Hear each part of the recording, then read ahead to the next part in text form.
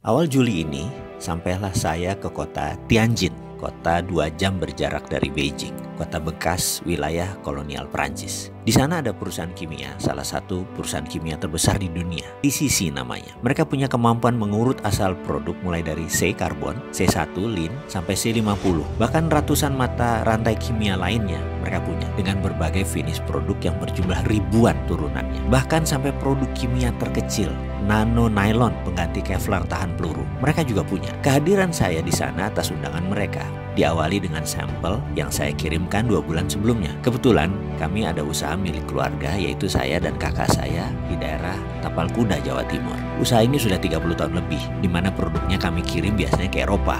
Namun namanya usaha skala rumahan, ya kecil lah kapasitasnya. Ketika jadwal makan malam, di mana saya diatur untuk ketemu dengan tetua ahli kimia untuk berdiskusi lebih lanjut, saya seakan makan malam dengan maestro alkemi sesepuh seumuran Merlin kali. Merlin itu alkemis gurunya King Arthur zaman dulu. Bahasa Inggris mereka sempurna, walau mereka bertiga usianya sudah di atas 84 tahun. Pendidikan mereka didapat di kampus kenamaan di Amerika dan Eropa. Mereka tamatan MIT dulunya, way back then, sewaktu mereka ambil program doktor. Salah satu di antara mereka mulai membuka pembicaraan dengan pertanyaan, how can you mix the precious metal with common metal, becoming alloy like this? Katanya sambil menunjukkan sampel yang saya kirim.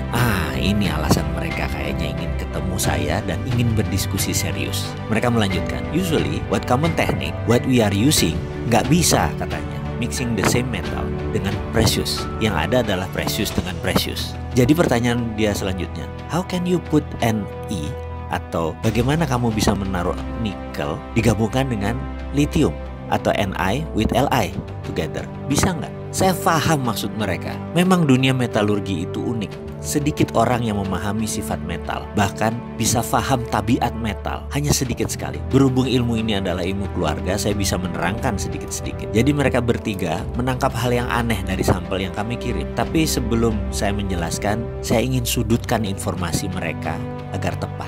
Saya tanya balik, what metal do you need? I will answer, what do you need? Not what you want to know. Is it okay with you? Jadi saya akan menjawab apa yang mereka butuhkan, bukan apa yang mereka ingin tahu. Jawaban mereka singkat, Li, lithium.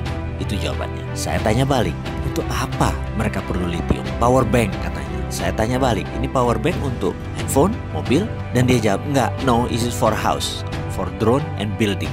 Mereka jawab. Asli saya terdiam, otak saya setengah kram. Makan malam Cina Muslim dengan Xi'an style, kambing muda yang lembut seakan tidak terkunyah jadinya. Saya bilang mohon penjelasan lebih lanjut. Hanya kalimat itu yang keluar dari mulut saya, yang dijelaskan dengan terjemahan singkat sebagai berikut. Bayangkan ada baterai yang bisa di-charge selagi listrik di rumah dipakai selama 4 jam. Lalu baterai tersebut akan dipakai selama 24 jam, seperti power banknya telepon. Jadi misalnya bayaran listrik kita yang biasanya 1 juta itu tinggal 20% atau tinggal 200.000, karena kita hanya memakai 1/5 daya listrik per harinya, di mana sisanya 4/5-nya akan menggunakan power bank tadi. Dan mereka menarget harganya tidak lebih 14 juta rupiah, itu pun dengan margin keuntungan di atas 40%. Siapa sih yang nggak bisa beli power bank yang bisa menghasilkan 5.000 kilowatt dengan harga 14 juta yang bisa mengirit 80% biaya listrik bulanan? Saya bukan kepikir masalah siapa yang akan beli power bank tersebut, tetapi daya listrik PLN